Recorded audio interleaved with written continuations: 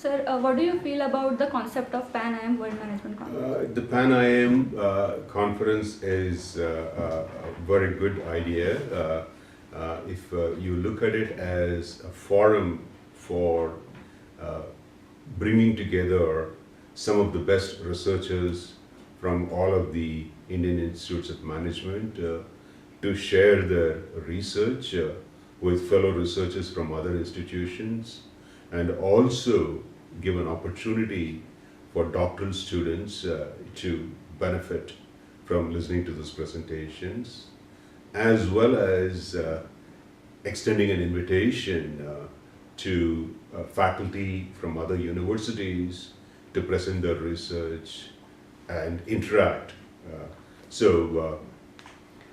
If you look at the primary mission of any educational institution, one is knowledge creation and the other is knowledge dissemination.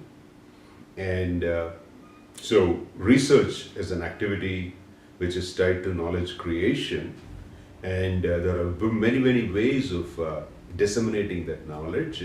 One is it happens in classrooms, another it happens at conferences, third it happens as publications in scholarly journals, and all of these things one has to take a very long-term perspective.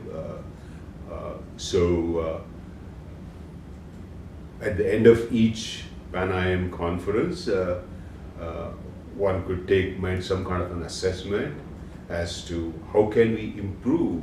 This is all journey. With quality, you never reach the destination. It's always a perennial journey, a perpetual journey.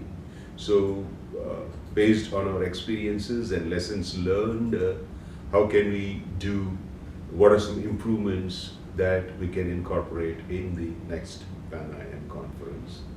So that's the way to look at it. Okay, and sir, what is your idea about, how do you feel about our theme, India the next decade? There are a couple of ways of looking at it. In regard to the theme, there are, if you look at research in business disciplines as applied research, which has got to have some relevance to issues faced, so that way a topic such as India, the next decade, makes a lot of sense. But at the same time, what also happens in scholarly research is you start thinking at continuously higher levels of aggregation. So beyond India, at the next level, one can think in terms of emerging markets. And so that brings into the focus a number of countries which are in a similar economic environment, market environment, and so on. And the other way of looking at it is, although the focus may be, some of the papers presented would have an India focus and a focus on issues which are of importance during the next decade. There are a whole lot of other issues which would have a much longer lifespan. So a good example is if you look at environmental sustainability, this is not a 5-year issue or a 10-year issue. This is an issue of relevance as long as planet Earth is inhabited by humans. Okay, and sir, since we are talking about environment sustainability, like you discussed, how can this marketing and demarketing for the same can be utilized by the students who are studying at various B schools? How can this be? Well, one thing is increasingly you find that issues relating to environmental sustainability are becoming part of the business school curriculum. if you, for example, the ASCSB, which stands for American Association of Collegiate Schools of Business, although it says American Association, now it is the world body, they are at the forefront and trying to encourage business schools to incorporate environmental issues relating to environmental sustainability in the curriculum, and also creating forums for sharing best practices like cases, instructional tools, course material, syllabi, and so on and so forth. There is a very high possibility that students themselves would be expecting and demand that they be given an opportunity to acquire some level of familiarity with issues relating to environmental sustainability. Sir, don't you feel that there is a difference in the choices of students who are studying abroad and who study here? Like, how many students do you think from India would go ahead for a subject like environmental sustainability as compared to those studying in abroad? Well, here are a few things that are happening. One is, if you look at the largest corporations, whether it is something like Fortune 500, 500 largest companies in the US by market capitalization or revenue or number of employees, or the world's largest five corporations, etc., they have a position these days called the Chief Sustainability Officer, who's part of the top management and directly reporting to the CEO of the company.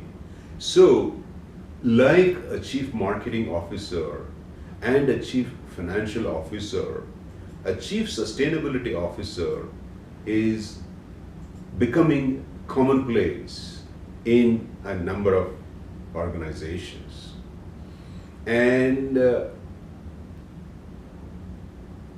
I'm reasonably confident in making a prediction that many jobs, whether in manufacturing or marketing or information systems or supply chain logistics or procurement, whatever business discipline you may choose, the students who take up positions in those areas would have to have some degree of familiarity with issues relating to environmental sustainability.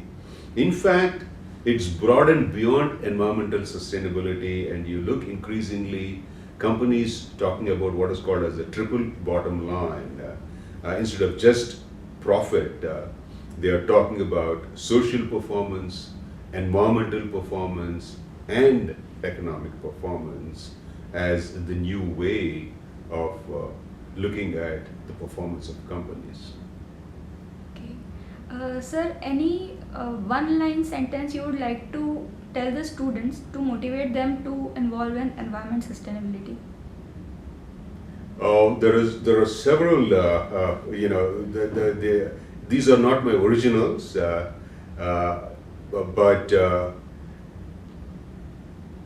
there are a number of ways people have highlighted the importance of issues relating to environmental performance. One is saying that when it comes to matters such as global warming, climate change, etc., there is no place for plan B because there is no planet B.